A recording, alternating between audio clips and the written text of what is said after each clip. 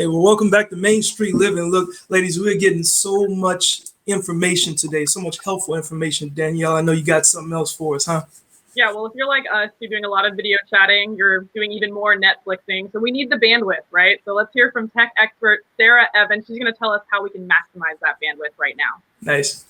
Can impact bandwidth that you What might can not impact be aware bandwidth of. that you There are might some not of the big be aware ones. of. Number one, video. Number one, If you're doing video. lots of Zooms, Google Meets, Google Hangouts, start to think about what meetings actually require video versus audio. That eats up a lot of bandwidth. If you have a gamer in the household, have them wait to do big software updates till off-peak hours.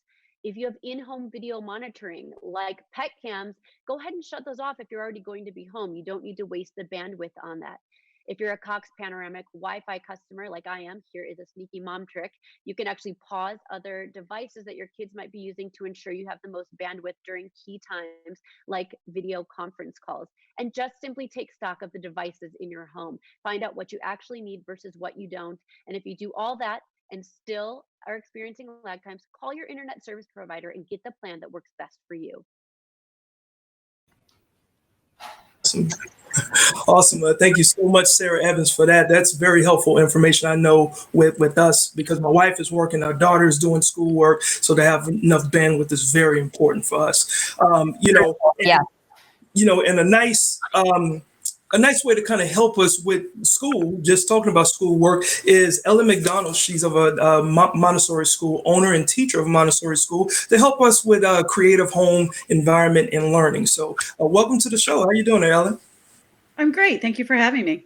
Awesome. Now, what you do is very important, clearly, and the most important part of that is scheduling. Like, talk to us about how you go through scheduling.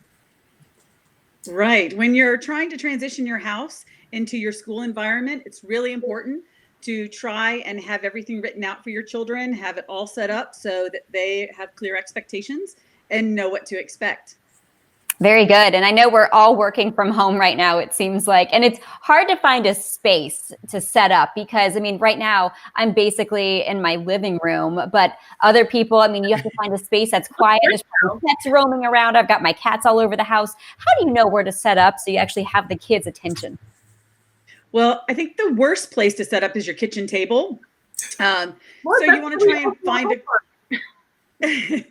you want to try and find a quiet place for your child, something that doesn't have a lot of clutter, something where everything's accessible to them, boxes of things ready to go so they don't have to go through the house sorting and rooting for things. If you could have them all in one area so they could go to that area to collect their belongings that they might need, pencils and so forth, it's the best way to help them organize. They do need to move, so don't worry if it's on the other side of the house. Good advice there. Awesome. And I know, I mean, space and schedule, I have to say, those are also just good tips for people who are working from home as well. But let's get into the curriculum. Curriculum. Well, hopefully your child's teacher and school has set up a curriculum, but it's great to be able to add to it. You want to think of things that you can do around the house, maybe nature walks that might inspire your child to learn, research. Ideally, that will help them research things and be more interested and want to find out about more things. It's good to keep a journal, some artistic endeavors with them, learn to draw. They could draw maybe events or things that they've seen. You also want to think about getting them out, walking, dancing, exercise, riding bikes, ball sports, obstacle courses, all great things.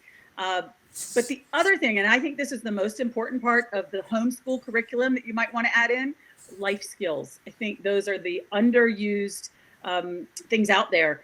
You could teach them to do laundry. This is a perfect time. You've got unlimited time with them. You can teach them how to operate the machines. Right. I love it. Yeah, make them do chores. Good. Yes. Yes, chores are very important. Prepping food, let them use a knife, maybe a very soft knife, something that's not going to cut them. But I will say, this is the most important thing. Don't do anything that's going to stress you out. If the idea of your child cutting up food is going to stress you out, don't do it. It's marked with failure from the beginning. So try and do things that you're comfortable with and that your child it's a new experience for them as well. Yeah. Quincy, would you let your kids cut with knives? My child, yes, if it allows me to I give. did since the age of 5. Oh, wow. Well, there you go. That's very good information. Where can our viewers go to learn more?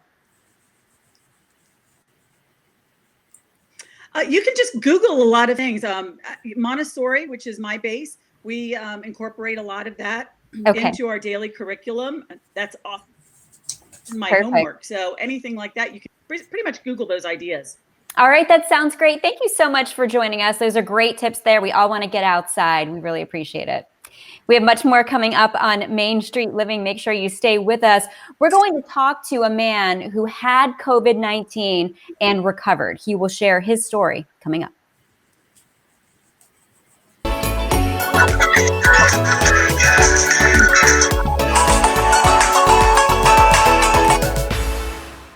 Done.